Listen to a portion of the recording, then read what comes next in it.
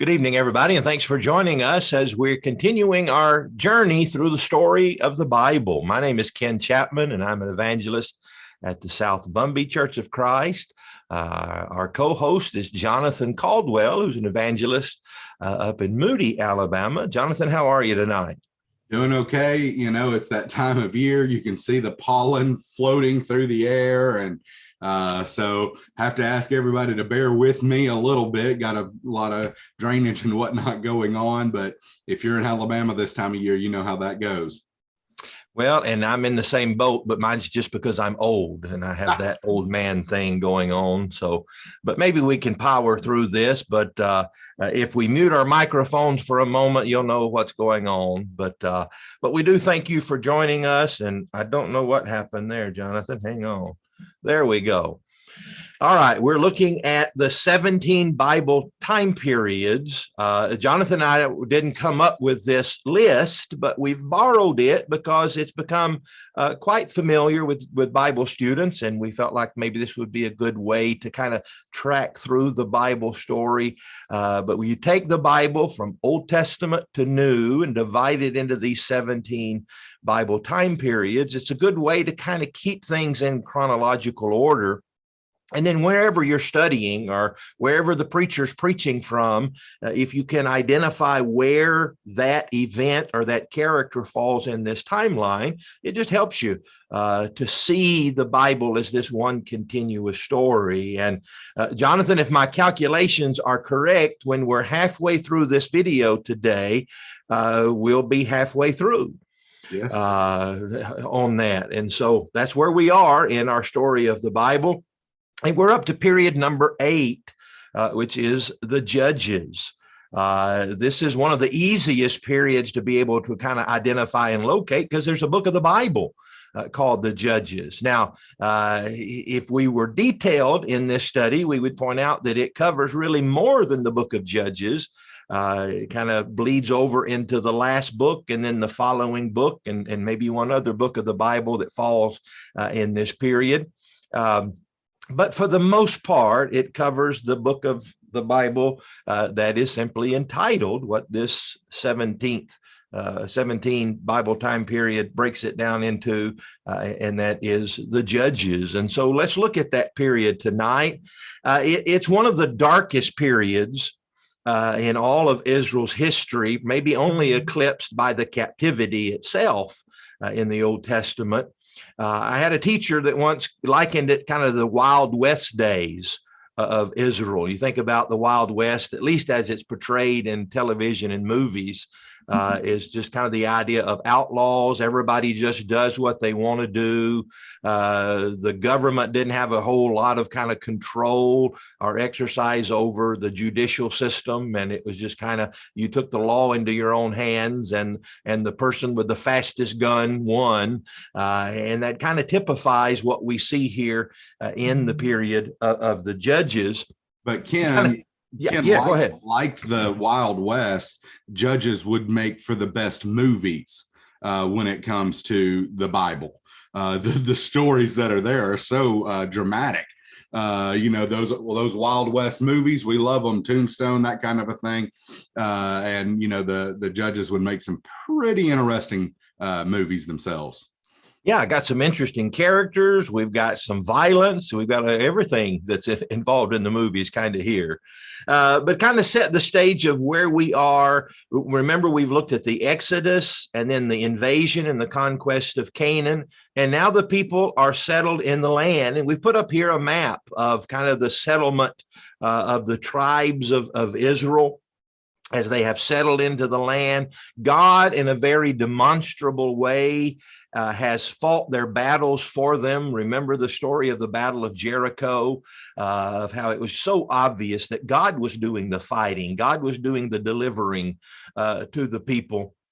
And so now they're settled in the land. And you would think after this long, arduous journey, after the conquest, that now everything is just going to be rosy. They're in this land that's flowing with milk and honey. They're living, as God would tell them, in houses they did not build, in cities they did not build.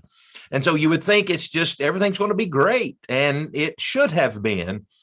But remember that God gives them an instruction. The instruction was that they were to kind of clear out the remnants and to finish the work that God had done. And I find it interesting that though God so clearly delivered these cities and these territories to them, yet he leaves something for them to do. It seems that God always does that. He wants the people to have a role. Even when he was feeding them miraculously in the wilderness with the manna, there was still something they had to do. There were regulations and stipulations about that manna that had to be obeyed.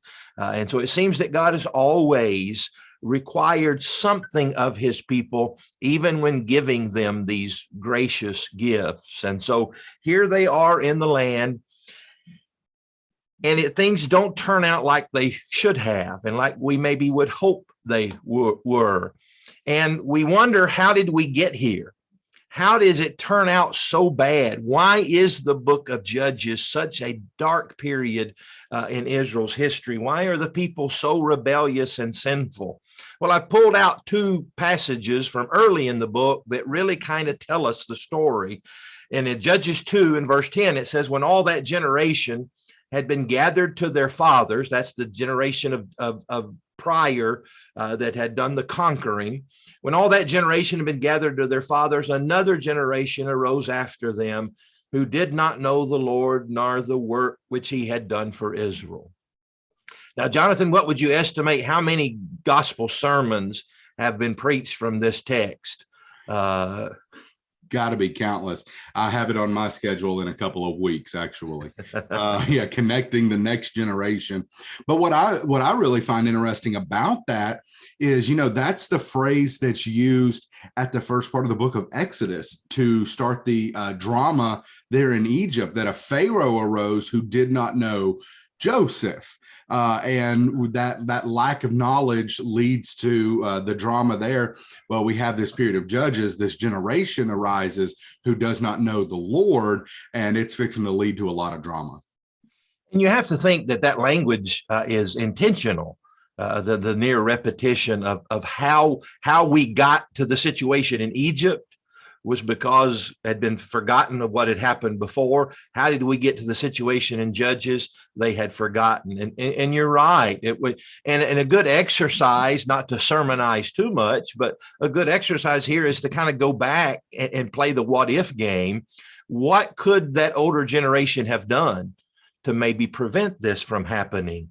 How could they have taught or instilled in their children the importance of what God had done in remaining faithful to him? But we got here because this new generation did not know the Lord and what he had done for Israel. And then just a little bit later in the next chapter, Judges chapter 3, verses 5, 6, and 7 says, thus the children of Israel dwelt among the Canaanites, the Hittites, the Amorites, the Perizzites, the Hivites, and the Jebusites. And so they dwelt among them. Now, remember, what were they supposed to do? They were supposed to drive them out. But instead, they lived among them, and they took their daughters to be their wives and gave their daughters to their sons, and they served their gods. So the children of Israel did evil in the sight of the Lord. They forgot the Lord their God and served the Baal and the Asherahs. So those two passages, there's others that we can look at in the book of Judges that kind of encapsulate or tell the story of how we got here. And again, there's a reason there's been so many sermons from this dark period of Israel's history is because there is a lesson for us. A lesson for us, a lesson for the next generation, and how we can prevent that from happening. Now, when we talk about the period of Judges, I know this isn't going to be new to you as a Bible student, but we often think of this kind of this cycle that's just repeated over and over again. And it always starts with the people turning away from God. They rebel in one way or another, usually, as the text we just read there in chapter 3 says, usually dealing with the idea of following the foreign gods of the people. And then God is going to judge them by delivering them to their enemies. And this is a foreshadowing, isn't it, Jonathan? Of kind of, I think, of the captivity. These are like minor captivities, temporary captivities that we're going to see later in both the Assyrian and the Babylonian captivities. It's kind of a warning shot, if you will, across the bow. Israel, this is what happens when you serve these other gods and you forget me. Another nation is going to come and dominate you. Yeah, that's what you see over in the book of Deuteronomy is the blessings and the curses. This was the curse that you will be removed from the land, or that your enemies will come in and drive you out or take control of you. And so, yeah, God is actually being merciful, if you want to get down to it, in giving them just a small taste of what that's going to look like. So here's some Moabite control for a few years. Here's some Ammonite control. Here's some Philistia control for just a couple of years here, and then you see the next cycle in this Judges cycle, or the next section in this Judges cycle, that God is merciful, just giving them a little hint of how bad it could be. Yeah, it's a loving warning to them. And so we see the cycle. What happens? They turn from God. God sends an enemy to oppress them for a time. And then they turn back to God and they cry out, God, save us. God, save us.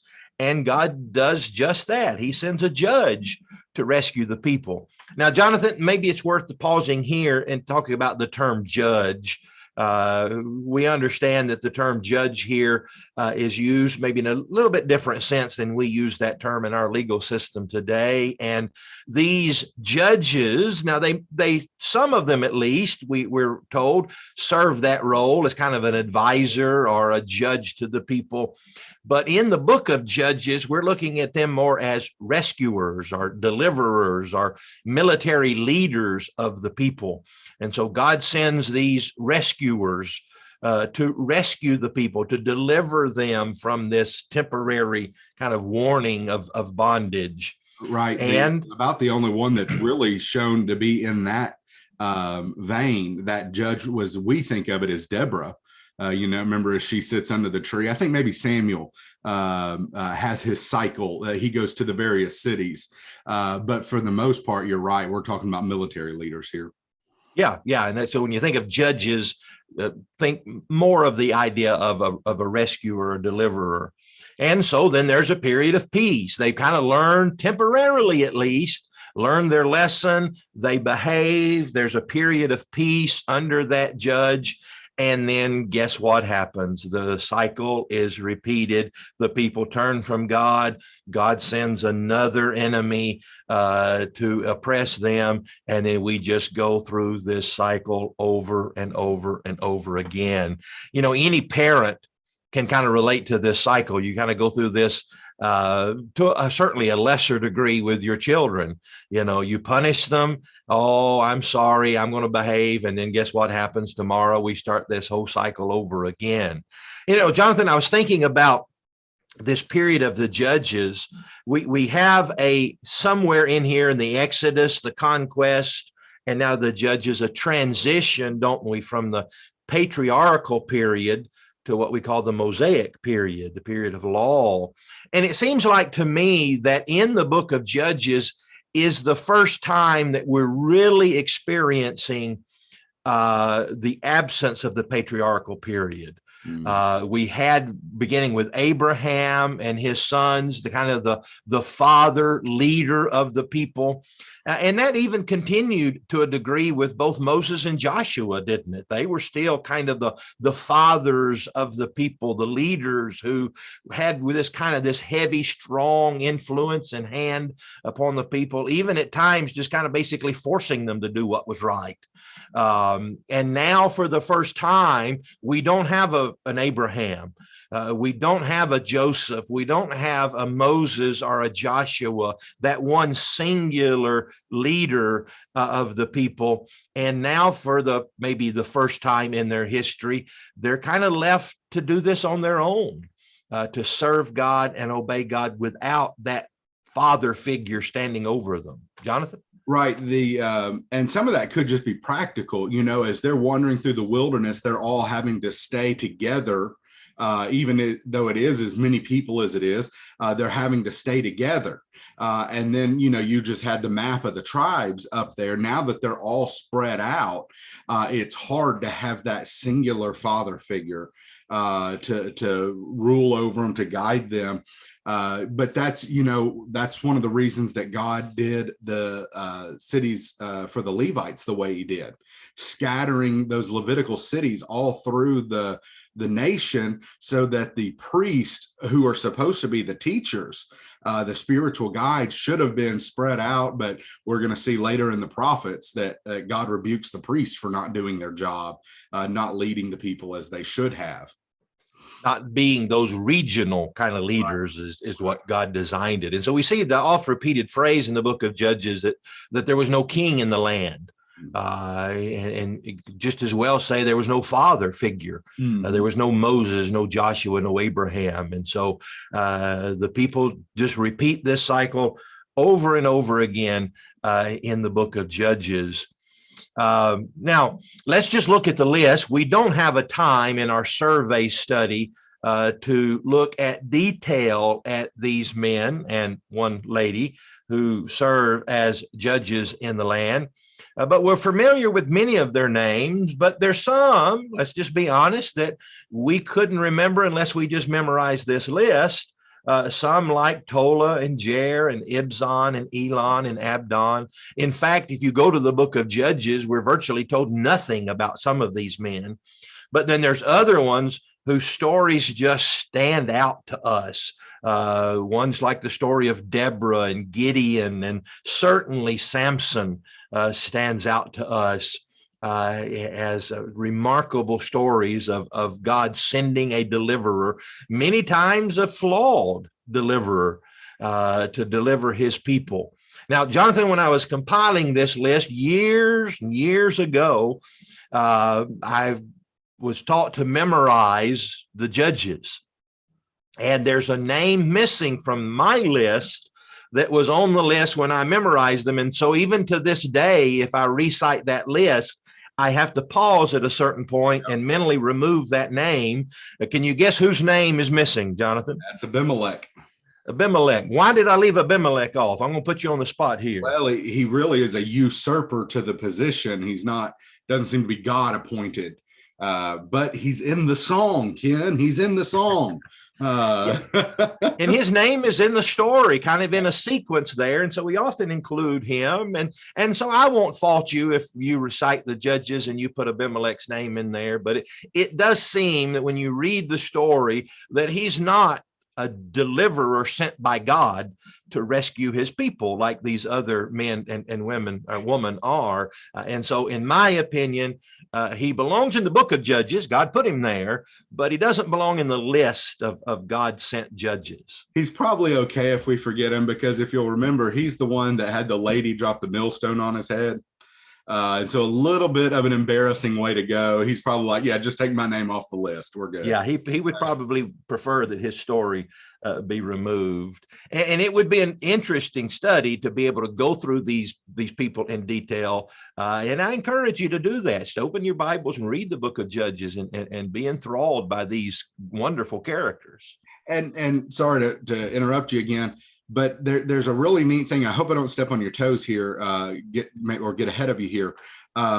With Othniel and Samuel, they connect this story to what comes before and after it because of the relationship between Caleb and Othniel. Remember, Joshua and Caleb are the faithful spies. Well, there's the relationship between Caleb and Othniel. I think they're like one's an uncle of the other or something like that. And so you see what comes before, and then Samuel is clearly going to go into the 1st and 2nd Samuel story. And so you see the judges fitting right into this overarching story we have here. And I appreciate that. I really thought when you said you were going to step on my toes that you might be alluding to the story of Ehud and his opponent, but I'm glad you didn't go there. That is my children's favorite story from the book of Judges. And it's one of those things, like you said, that would make this a great movie, just those kind of stories that are there. Well, now, Jonathan, as we kind of close out our survey study tonight, I'm trying to think, why is this book in the Bible? It's not just there because they're great stories and great characters. And so let's try to maybe think of what are some lessons. And the most obvious lesson to me is that God is saying sin will not go unpunished. I have to punish sin among my people. And he had warned them, as you said, through Moses about that punishment. The punishment comes now, and it will become increasingly severe until we see the extreme form of that in the captivity, the captivities later in Israel's history. And so I think one lesson certainly is that sin will not go unpunished. God has set a standard with this law, and you're disobeying this law, particularly in serving other gods, is not going to be tolerated. Jonathan, can you think of some other lessons that we need to draw from the book of Judges? Yeah, the end of the book of Judges is an absolutely terrifying bit of history. It gets really dark and bad. I remember the first time I heard a sermon on that chapter at the end of the book of Judges about the Levite and his concubine. I was just sitting there slack-jawed that's in the Bible. And Daniel Block has a magnificent commentary on the book of Judges. And he works backwards. At the very end of Judges, he works backwards. That the book of Judges almost ends with the complete destruction of a tribe of Israel, the Benjaminites. And he just backs up a little bit and a little bit and a little bit. And he stops when you get to this repeated phrase, there was no king in Israel. Everyone did what was right in their own eyes. And as everybody, and then he goes back forward again, as everybody does what is right in their own eyes, it leads to the destruction of God's people. That's what happens when we judge for ourselves. Do not trust in your heart, lean not on your own understanding. And what happens when we do that is we almost lose a whole tribe of God's people. And so he's showing them that sin will be punished, but then, some things are worse than the punishment of sin is the obliteration of God's people. And so we see that destructive progression of sin. It never gets better. It always gets worse unless it is dealt with in a serious way. Now, they dealt with it in this cycle of crying out to God, but never in a finite way in which they would truly turn their hearts back to God. And it sets the stage, as you alluded to the next period that we'll be studying, the idea of them crying out for a king. They had gotten themselves into this mess, and they try to find their own solution for that mess instead of turning to who should have been their king, and that is God, as they seek a worldly, carnal solution to this problem. And we're going to see the problem with that solution in our next study. So thanks for joining us tonight. We hope you join us next Monday night or whenever you watch these videos as we continue our study in the story of the Bible.